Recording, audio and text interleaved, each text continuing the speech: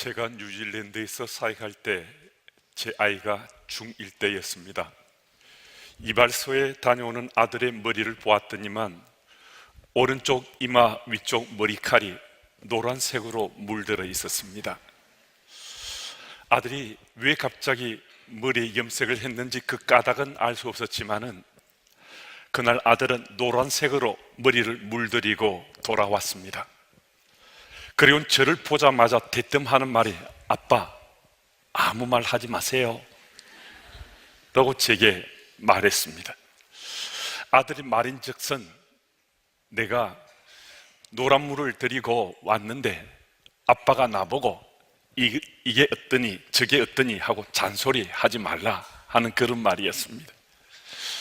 아들이 먼저 선수를 쳐서 말하는데 아빠가 또 거기에 무엇을 더 달 수가 있겠습니까?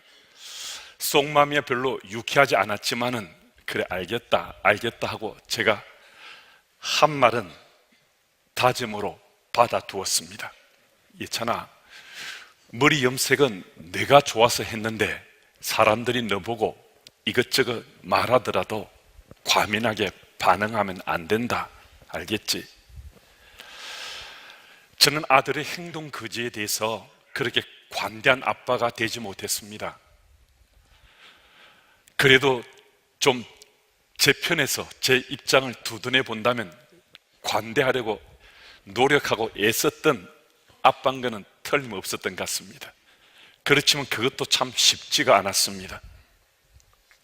그러나 한 가지 분명한 원칙은 있었습니다. 옳지 않는 일, 그릇된 일을 할 때는 그때는 눈물이 날 정도로 뜨끔하게 야단을 쳤습니다. 그 까닭은 다시는 그런 일을 반복해서 하지 않도록 교육하고자 함이었습니다. 그러나 머리 염색을 하는 것들 같은 이런저런 일, 아이를 키우면서 일어날 만한 그런 일들에 대해서는 가능하면 야단을 치지 않으려고 노력했습니다. 왜냐하면 그런 일들은 평생 동안 할 것도 아니고 조금 지나면 시시해서 스스로도 그것 하지 않으려고 할 것을 잘 알았기 때문입니다. 하나님 앞에선 우리 신앙의 삶이 때로는 예찬의 행동과 같은 모습을 보일 때가 있기도 합니다. 우리 일상사에 자신의 원함대로 일을 저질러 놓고서는 하나님 아무 말씀 마세요, 하나님 노타치예요 라고 소리치는 우리 모습을 때로 우리 볼 수 있습니다. 갑작스럽게 그런 사인을 받으신 하나님께서는 사실 별로 속이 유쾌하지 못하셨겠지만은 그 어떻게 하시겠어요? 그냥 알겠다라고 말씀하시는데 하나님께서는 우리 모습을 보시면서 그것 하나님께 직접 우리에게 야단치지 않아도 조금 시간이 지나면 우리가 그 정도는 스스로 능히 극복하고 이겨낼 수 있다라고 주께서 그거 믿으시는 거거든요. 아직 좀 신앙이 연약해서 그런 일을 한때 두때 우리가 범하거나 저지를 수 있지만은 그것 조금 지나면 그 전혀 문제가 되지 않는 믿음의 삶을 살 수 있다라고 우리를 믿기 때문입니다. 그래서 그 순간 마음이 썩 내키지 않는데도 그냥 지켜보시는 겁니다. 그러나 우리 삶이 하나님 이름을 망령되이 일컫거나 하나님의 존재를 부인하게 될 경우에는 하나님께서 잠잠치 않습니다. 하나님께서는 우리가 정신이 번쩍 들 정도로 하나님 방법으로 하나님께서 우리를 일깨워 주십니다. 그래서 다시는 그런 행동을 하지 않도록 우리에게 가르치시고 또 인도하시고 심지어는 보호하시면서까지 우리에게 분명하게 주께서 말씀하십니다. 성경 속의 인물들 속에 베드로만큼 예측불의 인물도 없었을 겁니다. 그의 행동은 도저히 종잡을 수가 없습니다. 다른 누구보다도 참 놀랍게 예수님이 하나님의 아들이라고 고백했던 사람이 바로 베드로였습니다. 그런데 그 고백이 다른 사람 귓전에 채 메아리치기도 전에 선생님을 마치 책망하듯이 꾸짖었던 사람이 바로 또 베드로였습니다. 다른 사람은 예수님이 죽는 자리 가면 따라가지 않을 테지만은 나만은 그 죽음의 자리까지도 함께 가겠다고 소리치면서 자신이 마치 수제자인 양 폼을 잡았던 그 사람도 바로 베드로였습니다. 또 분기탱천에서 참지 못하고 칼로 말고의 길을 베어버린 사람도 바로 베드로였습니다. 예수께서 대제사장 가야바의 집에 끌려갔을 때 그때 그 현장에 함께하면서 예수께서 고초당하심을 보고 스스로 목숨을 구걸하면서 예수님을 세 차례나 부인하고 저주했던 인물이 또 베드로였습니다. 이런 베드로의 행태를 보았을 때 그는 수시로 예수님 노 타치라고 소리쳤던 인물이 틀림없을 것이다. 베드로의 정체성에 대해서 감이 잡히지 않는 인물이다, 이런 생각이 우리에게 들 수 있습니다. 그런데 그런 베드로가 오늘 본문에는 정말 놀라운 모습으로 우리에게 다가옵니다. 참으로 믿기지 않는 베드로의 변화된 모습이거든요. 어떻게 이런 일이 가능했는가? 이건 베드로에게 어떻게 이런 일이 일어났겠습니까? 우리가 좀 한 번 더 생각해보고 이해해 보려고 해도 이전의 베드로를 생각해보면 이런 일은 일어날 수 없을 것 같잖아요. 그런데 베드로에게 이런 일이 일어났어요. 어떻게 이런 일이 일어났는가? 베드로는 예수 복음의 능력을 체험했습니다. 예수 사랑이 자신의 삶을 감쌌을 때 그는 견디지 못하고 무릎을 쳐서 복종시키고 자복하고 통회하는 심령으로 주님 앞에 다시 자기의 삶을 들여서 그는 주님 앞에 나왔고, 그리고 복음의 능력이 자기 속에 역동하는 놀라운 성령 하나님의 임재를 체험하게 되었습니다. 십자가 예수 사랑이 체험된 그에게 이전에 다혈질적이었고 이기적이었고 교만했고 남의 고통이나 상처는 별로 관심이 없었고 말과 행동이 전혀 일치하지 않았던 그의 모습은 거의 이제는 보이지 않습니다. 어쩌면 전혀 우리가 볼 수 없을 정도로 그는 변화된 모습을 보여줍니다. 예수님과 상관없이 나 잘난 맛에 살아왔던 지난 우리의 뒤안길을 한번 살펴보면 어쩌면 우리 모습도 베드로와 닮은 꼴일 수 있습니다.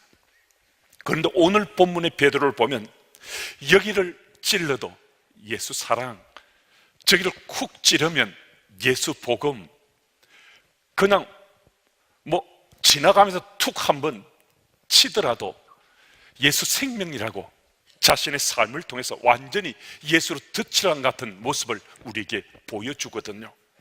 좀 거칠게 표현한다면 예수로 온통 그의 삶을 도배했다라고 느낄 정도로 정말 달라진 베드로의 모습이 보여집니다.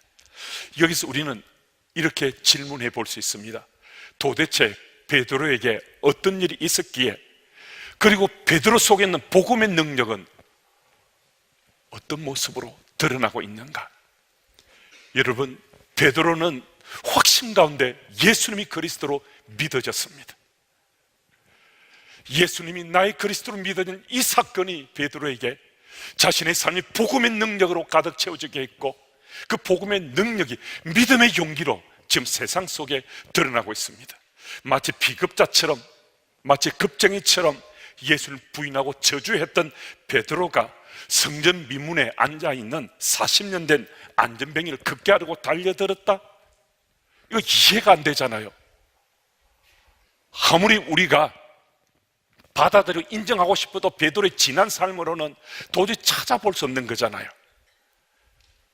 어떻게 그것이 가능했는지는 베드로의 마음밭에 역동하고 살아 움직이고 있는 복음의 능력이 믿음의 용기로 밖으로 드러났기에 이게 가능했다는 거거든요. 1절 말씀을 보면 베드로 요한이 제9시 기도 시간에 성전으로 올라갔다라고 기록하고 있습니다. 이 구절에 올라갈 새는 헬라 아네바이논을 번역한 것인데 습관적인 행동을 반복했을 때 이 단어를 사용합니다. 이건 당시 초대교회 사도들이 성전에 기도하러 올라가는 행위가 어쩌다가 한번 특별한 때가 아니라 매일매일 일상 속에 규칙적으로 반복되고 습관적이었다는 것을 우리에게 밝혀줍니다. 또 2절을 보면 성전 문에 두는 자라라고 말씀하고 있는데요, 두는에 해당되는 헬러 에티눈 또한 매일매일 반복되는 습관적인 동작을 말해주는 단어입니다. 1, 2절의 베드로, 요한과 이 안전병이 그제 습관적인 행동에 차이점과 공통점이 있다면 그것은 과연 무엇인가? 그 차이점은 베드로와 요한은 매일매일 스스로 기도하고자 성전으로 올라갔습니다. 반면에 이 안전병이 거지는 구걸하기 위해서 다른 사람에 의해서 성전 미문에 앉혀진 이런 차이가 있습니다. 그리고 공통점은 스스로건 타에 의해서는 그들은 습관적으로 매일매일 그런 행동을 반복했다는 겁니다. 이것은 우리에게 지금 무엇을 말씀해 주는가? 베드로와 요한과 이 안전병이 그제의 만남이 첫 번째 만남이 아니라는 겁니다. 그 이전에 베드로, 요한은 성전 미문에 앉아있는 이 안전병의 거지와 수차례, 아니 수십 차례, 수백 차례 이미 만남을 했다는 사실을 상식선에서 우리는 이해할 수 있습니다. 수십 년 동안이나 그곳에 앉아서 구걸했던 거지라 하면 이 거지를 모를 사람이 없을 정도로 그 거지 세계는 유명 인사 같은 인물 아니었겠습니까?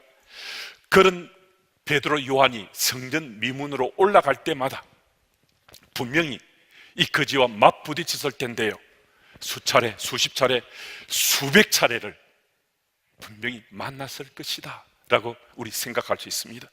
여기서 우리는 또 한 가지 질문하고 싶어집니다. 그렇다면 왜 이전에는 베드로가 이 안전병의 거지를 일으키려고 시도하지 않았는가? 사도행전 2장 말씀을 보면 이 질문에 대한 답변의 실마리를 찾을 수 있습니다. 지난 시간 동안 베드로는 예수님의 제자라는 이름은 있었지만은 복음의 능력을 구체적으로 세상 속에 드러내지 못했습니다. 복음의 능력이 자기 속에 채워져 있는데도 자기 속에 그냥 감추고 살았다는 겁니다. 그런데 복음의 능력이 믿음의 용기로 밖으로 드러났을 때 어떤 일이 일어났는가? 사도행전 2장 41절 말씀 우리 함께 읽겠습니다. 우리 함께요. 그 말을 받은 사람들은 세례를 받으며 이 날에 신도의 수가 3,000이나 더하더라. 아멘. 단 한 번 베드로가 설교했어요. 그런데 설교한 그 말씀을 듣고서 유대인들이 출교를 각오하고 예수님을 구주로 믿고 세례를 받았다는 거예요. 유대교를 믿던 사람이 다른 종교로 자신의 신앙을 바꾸면요, 출교를 당했습니다. 법적인 보호를 받지 못했습니다. 무서운 일이 일어날 수 있습니다. 그런데 단 한 번 설교 듣고 3,000명이나 세례를 받고 믿는 사람이 되었다는 거예요. 이 기적 같은 일이 지금 일어난 겁니다. 어떻게 이것이 가능했는가? 베드로 속에 있는 예수 복음의 능력이 믿음의 용기로 세상 속으로 드러났기 때문입니다. 오늘 본문에서도 베드로가 40년 동안 안전병이었던 거지를 이렇게 세우려고 했던 것, 이 가능치 않았던 일 아니겠습니까?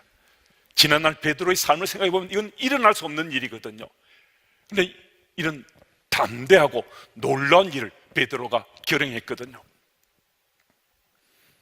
베드로 속에 있는 복음의 능력이 믿음의 용기로 세상 속으로 드러난 거죠. 6절, 7절 말씀을 한번 보시면요, 베드로는요 머뭇머뭇하지 않습니다. 주변의 시선도 전혀 의식하지 않습니다. 혹은 이 안전병이 거지가 일어나지 않으면 어떻게 하지 하는 걱정 근심도 전혀 없습니다. 믿음의 용기를 가지고 나사렛 예수 그리스도 이름으로 명하노니 일어나 걸어라 라고 그는 소리쳐 외쳤습니다. 그리고 오른손을 잡아 일으켜 세워버렸습니다. 여러분, 복음의 능력은 내 속에 감춰져 있으면요, 그 복음의 능력이 별로 영향력이 없습니다. 나만의 복음의 능력은 될 수 있지만 다른 사람에게 그 영향력이나 그 예수 그리스도의 이 땅에서 구주 되심이 전혀 전해지거나 증거되지 않습니다.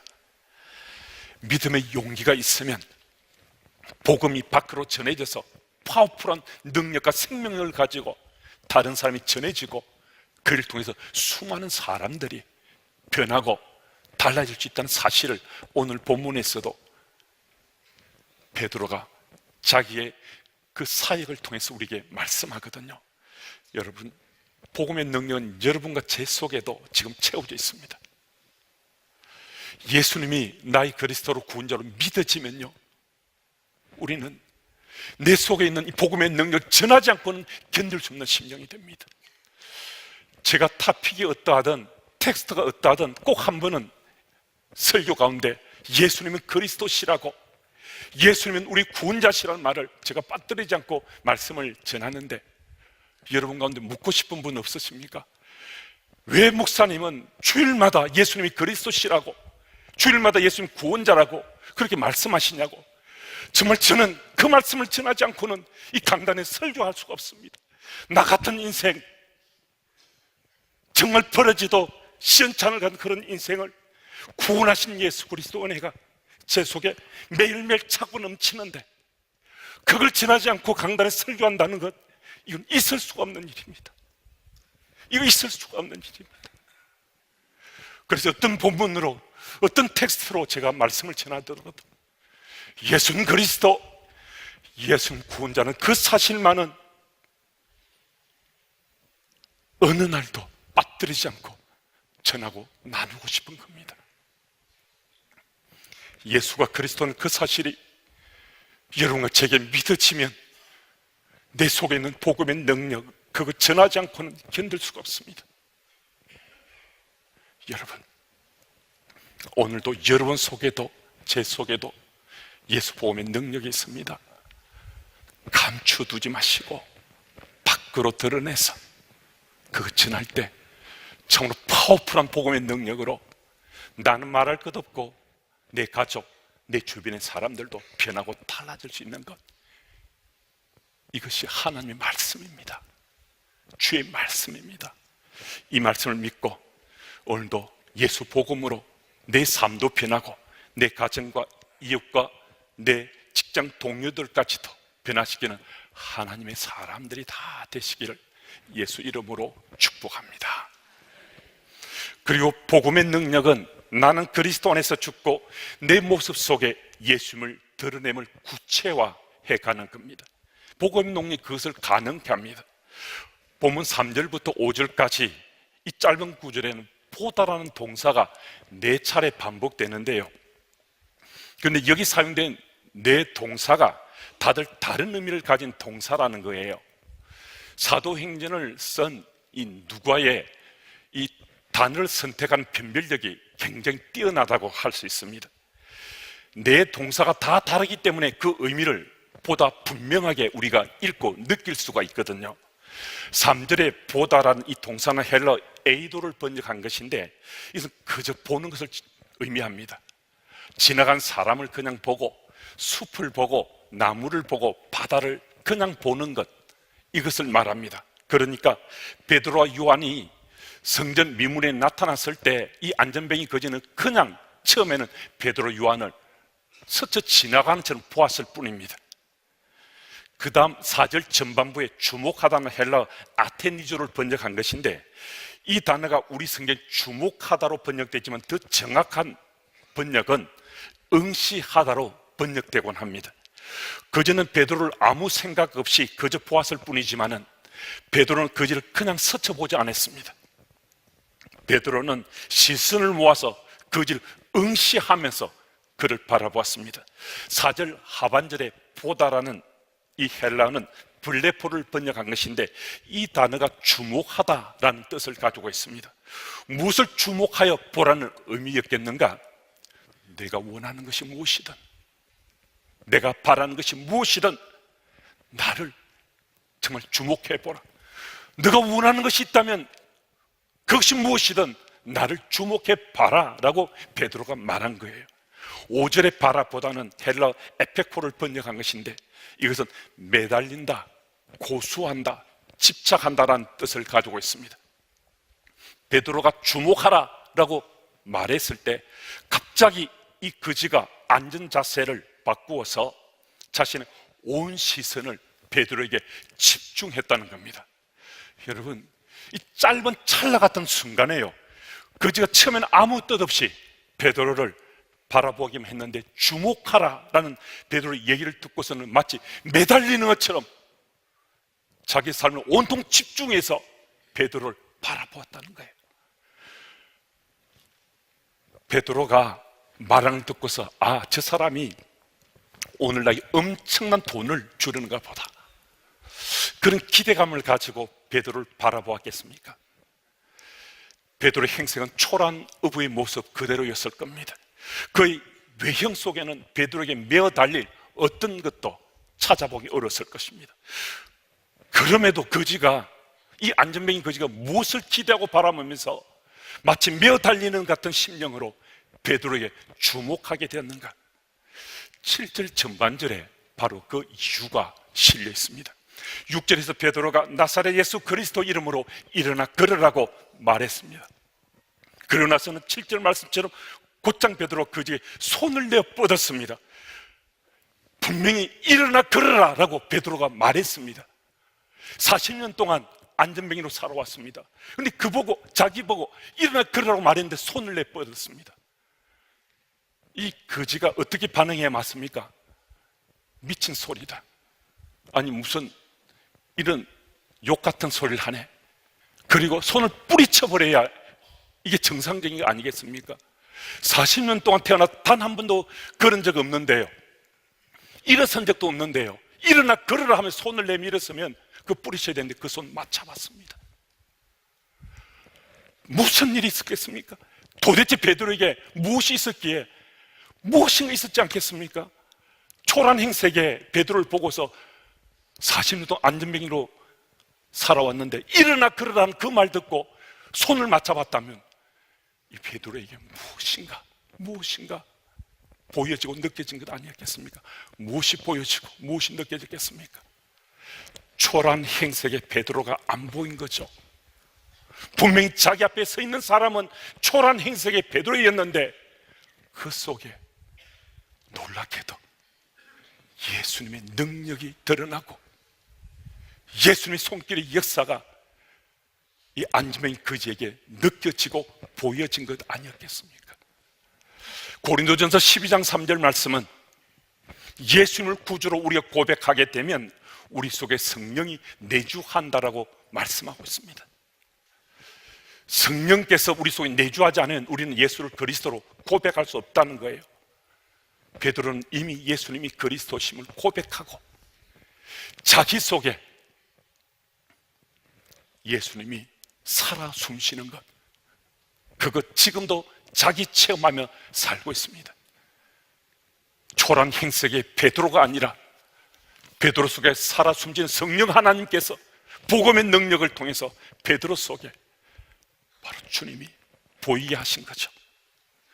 여러분, 복음의 능력이 베드로 속에서 역동했을 때 자기는 죽어지고 예수님이 살아 숨쉬는 놀라운 역사가 이 안전뱅이 거지에게 보여지고 느껴진 겁니다.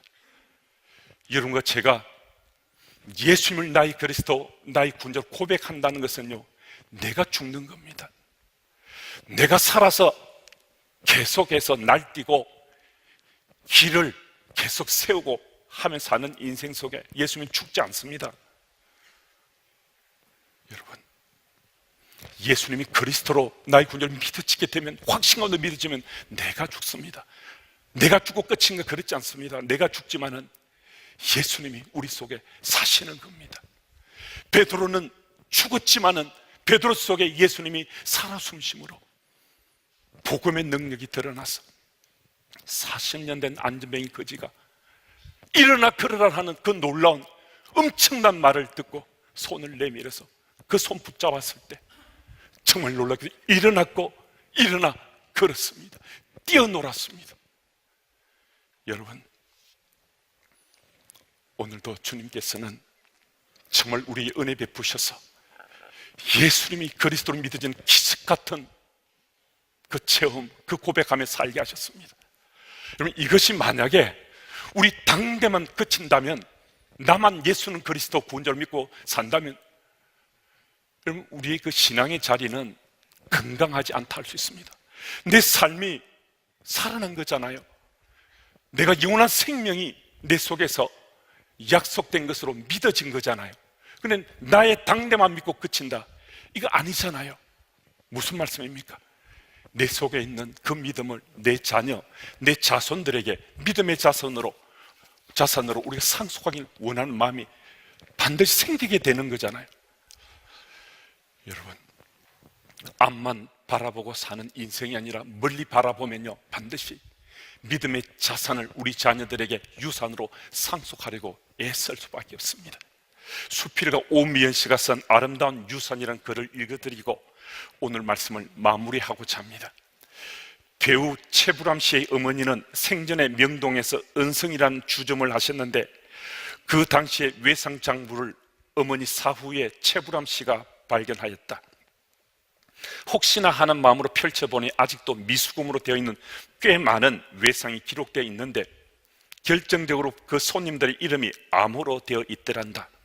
뿔테 안경에 목두리 두른 이라는 식으로 본인만 아는 표시를 해놓은 그 어머니는 아들에게 미수금을 받게 할 생각이 전혀 없었던 것으로 보인다. 그저 혹시라도 남의 눈에 띄어 외상장부 속에 인사들이 부끄러워할 것을 염려해서 고심 끝에 낸 아이디어였을 것이다. 혼자 되어 아들 하나 키우며 배고픈 예술가들을 상대로 주점을 하면서 외상장부의 이름을 암호로 적는 초로의 여인, 그대로 한편의 시이다. 그 아름다운 인생이야말로 아들에게 큰 유산이 아니었을까? 외상장부란 당연히 돈으로 바꿀 수 있어야 하지만 최불암 씨는 결국 그러지 못했을 것이다. 어머니가 주려고 했던 것이 돈이 아니었기 때문이다. 그는 또 그 암호명의 예술가들이 음으로 양으로 자신을 이끌어준다는 사실을 느끼며 배우로 살았을 것이고 그 덕에 자신이 행복한 배우의 길을 가고 있노라고, 그래서 그 어머니 말로 자신의 생의 등불이라고 단언했다.